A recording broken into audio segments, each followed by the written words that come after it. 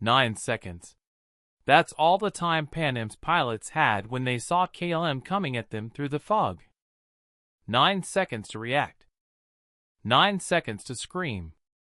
9 seconds, and then 583 people were gone. And the man responsible? He was on every KLM magazine cover in Europe. He was their star, their pride, the pilot every young boy wanted to become. This is his story, and it's not what you think. March 27, 1977. A Saturday. People woke up that morning thinking about normal things.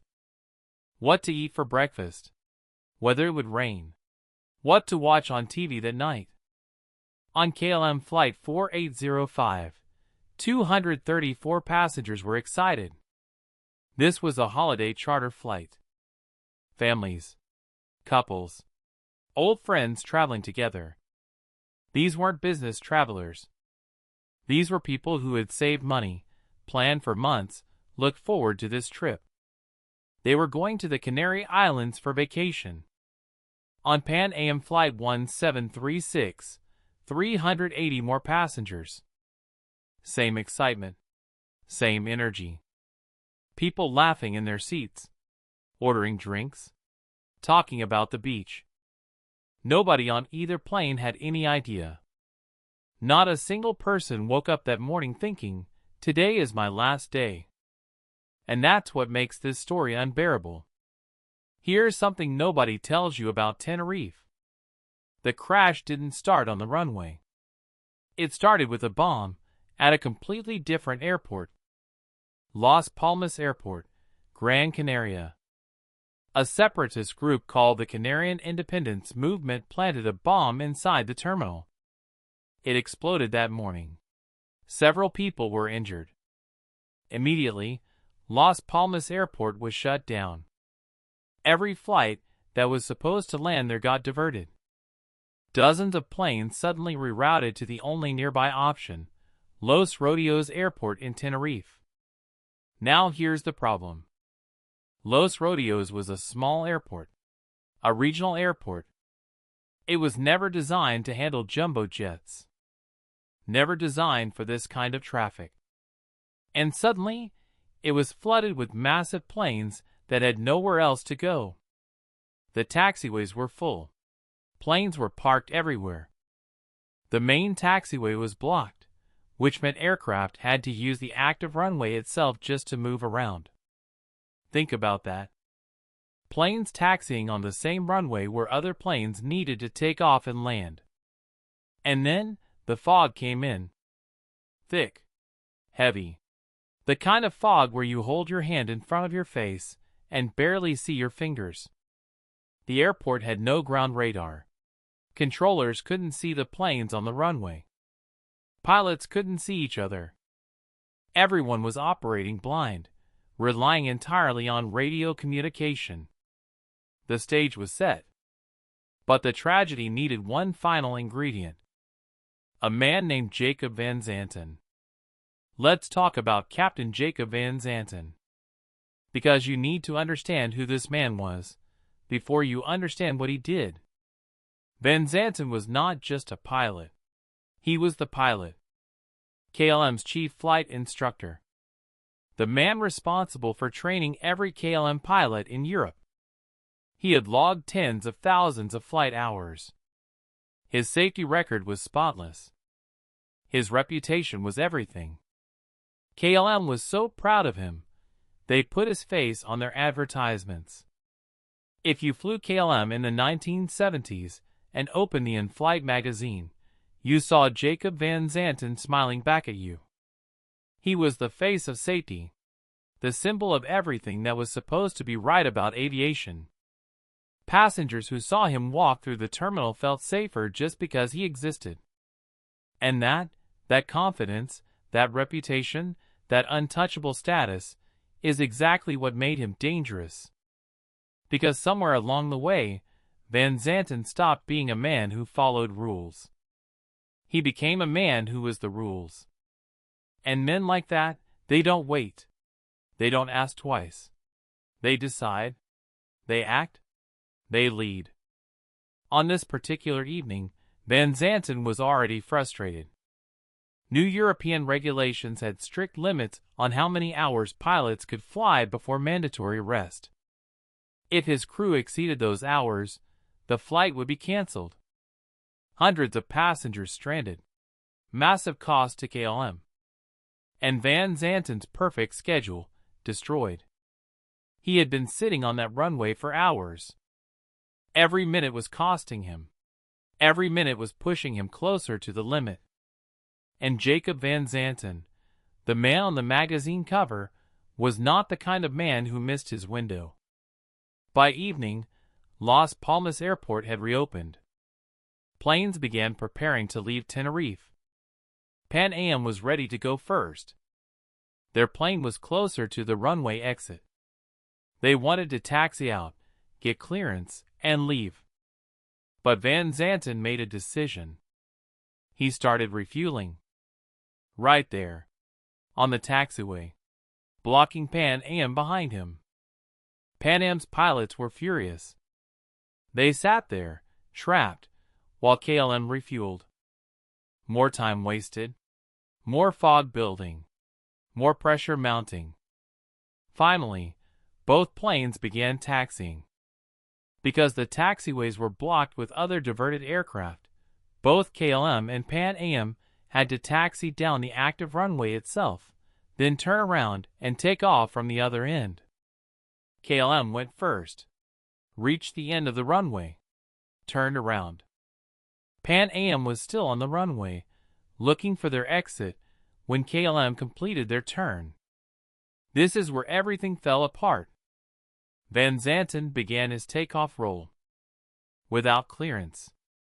Air traffic control had given KLM clearance for their flight path, where to fly after takeoff. Standard procedure. But they had not given takeoff clearance. Those are two completely different things. Van Zanten heard the flight path clearance, and in his mind, that was enough.